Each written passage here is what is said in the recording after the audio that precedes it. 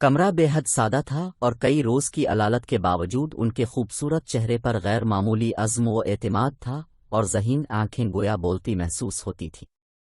دروازہ کھلا اور کوئی اندر داخل ہوا۔ آنے والا مضبوط جسم اور بہت کھلتی رنگت کا مالک تھا اور اس کے نقوش بستر پر دراز شخصیت سے ملتے جلتے تھے۔ اس نے خوشی سے لرزتی آواز سے کہا، ابا جان، اللہ کے فضل و کرم سے ہم نے برسا فتح کر لیا ہے۔ بستر پر دراز شخصیت کے چہرے پر بھی مسرت کی اہر دوڑ گئی۔ ان کے ہونٹوں پر کلمہ شکر خداوندی جاری ہو گیا۔ پھر انہوں نے آنے والے کو مخاطب کیا، بیٹے، میں اب اس دنیا سے جا رہا ہوں، لیکن مجھے اطمینان ہے کہ میرا لائق بیٹا میرا جانشین ہوگا۔ میری باتیں غور سے سنو، ظلم کبھی اختیار نہ کرنا، عدل و انصاف کے ساتھ پیش آنا تاکہ رعایا خوشحال ہو اور ملک آباد رہے، فتوحات کا دامن پھیلانا تاکہ اللہ کا دین ہر سو عام ہو، علماء، فضلاء اور حکماء کو ہمیشہ اپنے قریب رکھنا، ان کے مشوروں پر عمل کرنا اور شریعت کی پیروی کرنا، رعایا اور عمرہ میں اچھے اخلاق اور اچھی سیرت پیدا کرنے کی جدوجہد کو ہر بات پر مقدم رکھو گے تو انسانیت پھیلے گی۔ میری زندگی کا ایک مقصد تھا، دین پھیلے اور اخلاق حسنہ کا سکہ رواں ہو۔ تم بھی اس بات کو اپنا مقصد بنا لو۔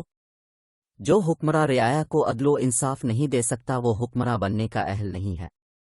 بیٹے کو گراں قدر نصیحتیں کرنے والی یہ شخصیت عثمان خان کی تھی، جو سلطنت عثمانیہ کے بانی تھے اور شہر برسا کی فتح کی خوشخبری لے کر آنے والے عثمان خان کے صاحبزادے اور خان تھے۔ عثمان خان کی شخصیت اس قدر سحر انگیز تھی کہ اس کا تاثر تقریباً 7 صدیاں گزر جانے کے باوجود آج بھی روز اول کی طرح بھرپور ہے۔ سلطنت عثمانیہ کی داغ بیل ڈالنے اور اسے مضبوط بنیادوں استوار کرنے میں عثمان خان کا کردار ناقابل فراموش ہے۔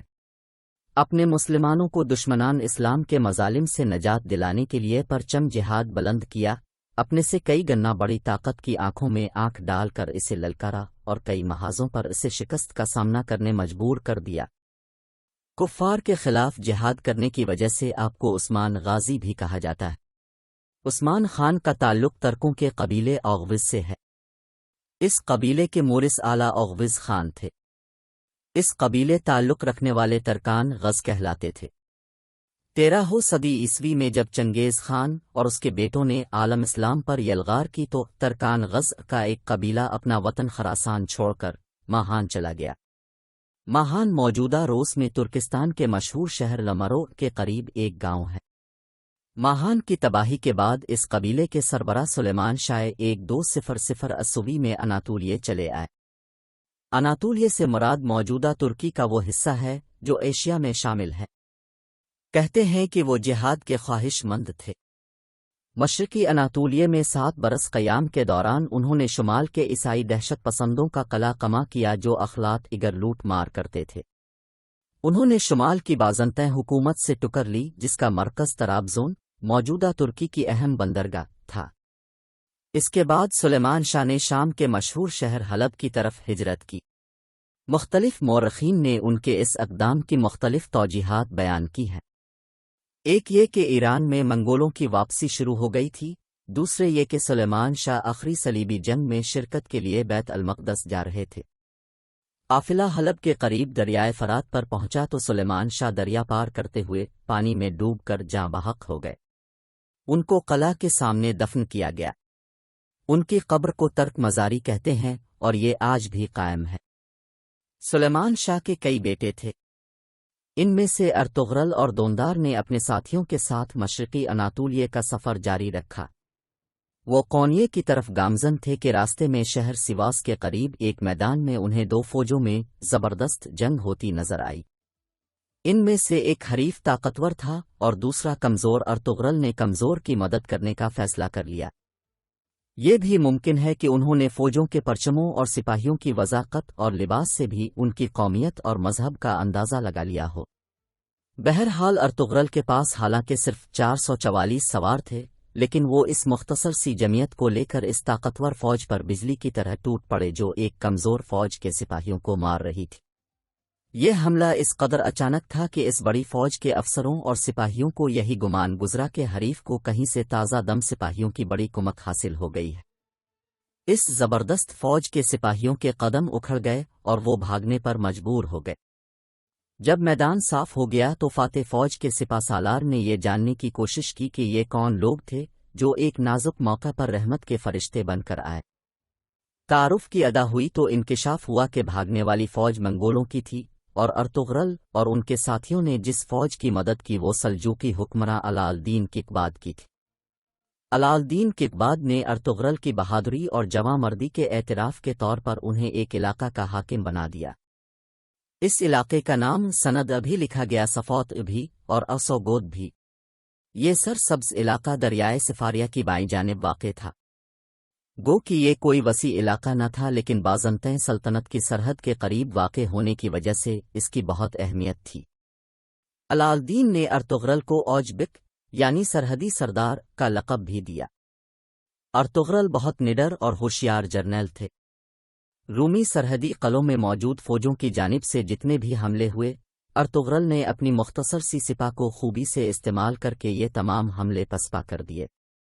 اس طرح اطراف کے تمام علاقوں میں ترکوں کی شجاعت کے چرچے عام ہو گئے، اور بہت سے ترک قبائل ارطغرل سے عاملے، یوں ترکوں کی قوت میں اضافہ ہو گیا۔ کچھ عرصے بعد ارطغرل نے علاء الدین کے نائب کی حیثیت سے منگولوں اور بازنطینیوں کی متحدہ فوج کو شکست دی۔ اس کارنامے پر خوش ہو کر علاء الدین نے اس کی شہر کو بھی ارطغرل کے زیر انتظام دے دیا، اور ان کے تحت آنے والے پورے علاقے کا نام سلطانونی رکھ دیا۔ اس کی شہر وسطی اناطولیہ کے مغربی حصے میں واقع ہے اور اپنے گرم چشموں کے لیے مشہور ہے۔ علاء الدین نے ارطغرل کو اپنی فوج کے مقدم الجیش ہر اول دستے کا سالار بھی مقرر کر دیا۔ سلطانونی کا علاقہ بھی بہت سرسبز تھا، اس کے بڑے حصے میں گایوں کی کاشت ہوتی تھی اور انگور کے باغات کی کثرت تھی۔ 1258 میں اللہ تعالیٰ نے ارطغرل کو ایک بیٹا عطا کیا۔ ارطغرل نے اپنے بیٹے کا نام عثمان خان رکھا۔ لوگوں نے انہیں عثمان جوک یعنی پیارا عثمان یا ننھا عثمان کہنا شروع کر دیا۔ یہ وہی سال ہے جب منگولوں کے ہلاکت خیز طوفان نے بغداد کو تباہ و برباد کر کے رکھ دیا تھا۔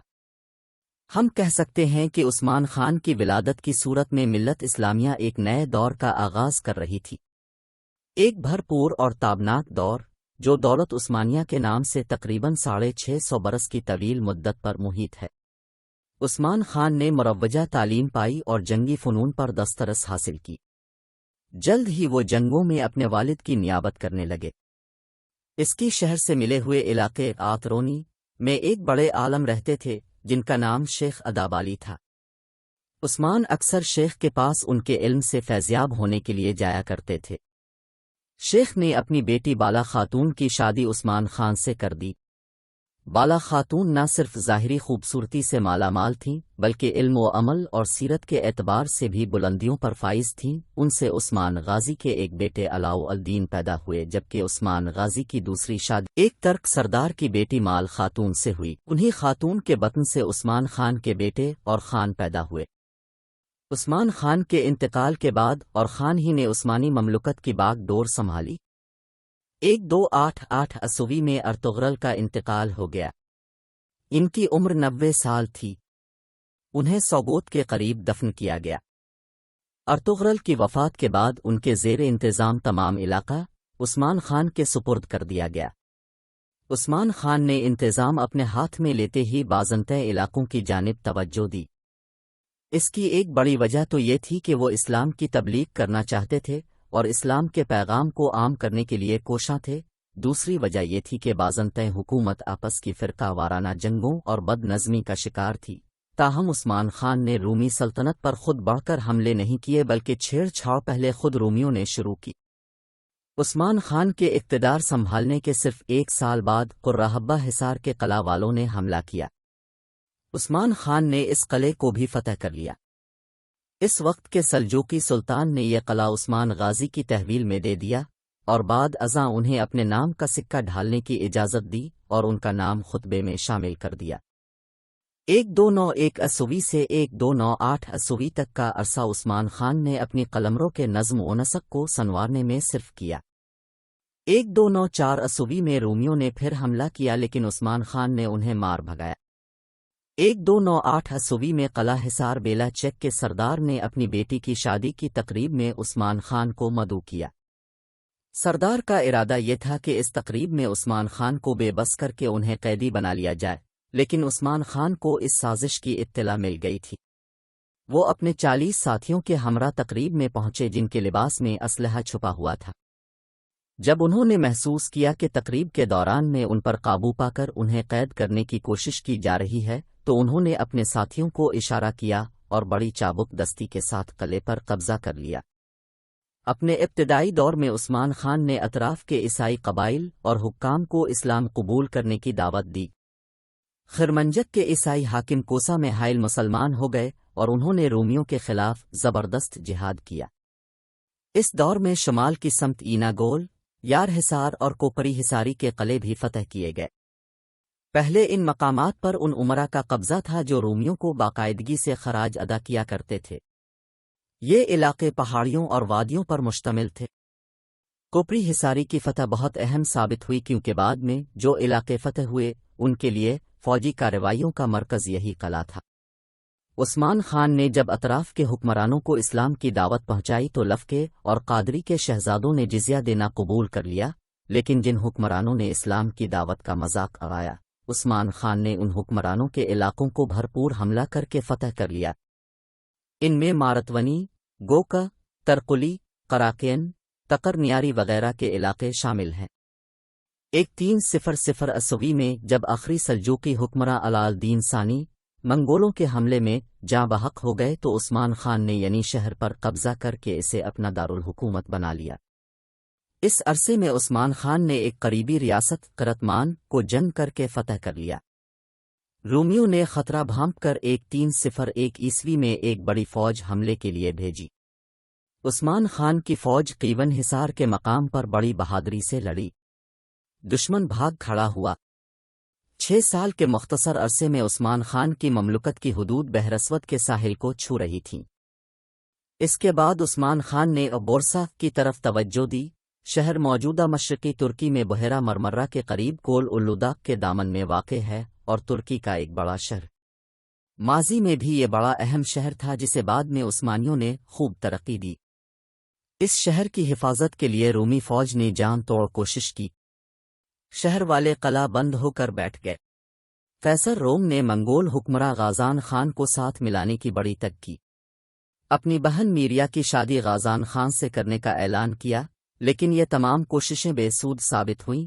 بہرحال یہ ضرور ہے کہ 1317 سے 1326 تک یعنی تقریباً 10 سال کے طویل عرصے تک عثمانی فوج کے محاصرے کے خلاف برسے والوں نے مزاحمت کی، لیکن عثمانی فوج کی مستقل مزاجی کے آگے وہ اس سے زیادہ نہ ٹھہر سکے۔ ان کے پاس سامان خورونوش بھی ختم ہو گیا اور فاقوں تک نوبت آ گئی۔ بورسا کے خلاف جہاد کا آغاز عثمان خان نے کیا تھا۔ کہتے ہیں کہ وہ اپنی اسلامی مملکت کو تیزی سے وسعت دیتے ہوئے قسطنطنیہ تک پہنچا چاہتے تھے۔ یہ خواب ان کی زندگی میں تو پورا نہ ہو سکا، البتہ دولت عثمانیہ کے حکمران سلطان محمد فاتح نے اس خواب کو پورا کر دکھایا۔ بورسا کا محاصرہ طول پکڑ گیا تھا، 10 سال کی مدت کم نہیں ہوتی۔ اس دوران عثمان خان علیل ہو گئے۔ وہ سند چلے گئے اور برسے کی فتح کی خوشخبری کا بے تابی سے انتظار کرنے لگے۔ آخر 1326 میں وہ تاریخی دن آ گیا جب عثمان خان کے صاحبزادے اور خان بورسا کی فتح کی خوشخبری لیے ہوئے اپنے والد کے پاس حاضر ہوئے۔ اس کے چند دنوں بعد 21 اگست 1326 کو عثمان خان سفر آخرت پر روانہ ہو گئے۔ ان کی وصیت کے مطابق انہیں برسے لے جا کر دفن کیا گیا۔ برسے میں ان کا مزار آج بھی موجود ہے۔ برسے کو دارالحکومت بنانے کی جو ہدایت عثمان خان نے اپنے بیٹے کو دی تھی وہ نہایت دانشمندانہ تھی۔ اس طرح عثمانیوں نے اس شہر میں اپنے قدم مضبوطی سے جما لیے اور قسطنطنیہ کی فتح کی راہیں ہموار ہو گئیں۔ عثمان خان نے 68 برس کی عمر میں وفات پائی اور 38 سال حکومت کی۔ اس پورے عرصے میں انہوں نے عثمانی مملکت کو جنوب میں قونیے اور شمال میں بحیرہ مرمرہ اور بحیرہ اسود تک وسیع کر دیا۔ ان کی قلمرو کا طول 120 میل اور عرض 60 میل تھا۔ گو کہ یہ مملکت بہت مختصر محسوس ہوتی ہے، لیکن یہی ننھا سا پودا صرف 2 سال میں بڑھ کر ایک تناور درخت کی شکل اختیار کر گیا۔ عثمانی سلطنت کے اس گھنے درخت کی شاخیں 10ویں عثمانی فرما روا سلیمان اعظم قانونی سلیمان اول کے دور میں پھیل کر ایک طرف بحیرہ ہنگری اور دوسری جانب بصرہ، تیسری طرف بحیرہ کیسپین، بحیرہ خر اور چوتھی جانب بحیرہ روم کے مغربی حصے تک پھیلی ہوئی تھیں۔